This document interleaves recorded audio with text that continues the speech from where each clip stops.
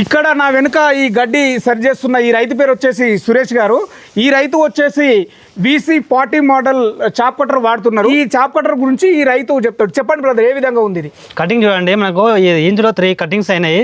అవి మేడానికి కూడా మనకు చాలా ఈజీగా ఉంటుంది. మనం తీసుకొని కూడా 1 year అవుతుంది. ఆమ్నగర్లో వచ్చేసి మనకు విక్రమ్ ఇండస్ట్రీ వాళ్ళ నుంచి తీసుకోవడం జరిగింది. ఇప్పుడు ఏ విధంగా ఉంది చాప్ కటర్? ఎంత టైం సేవ్ అవుతుంది? చూసారు కదా, 10 నిమిషాల్లో ఒక 10 అవర్లకు 12 అవర్లకు మనకు 10 నిమిషాల లోపే అయిపోతుంది పని.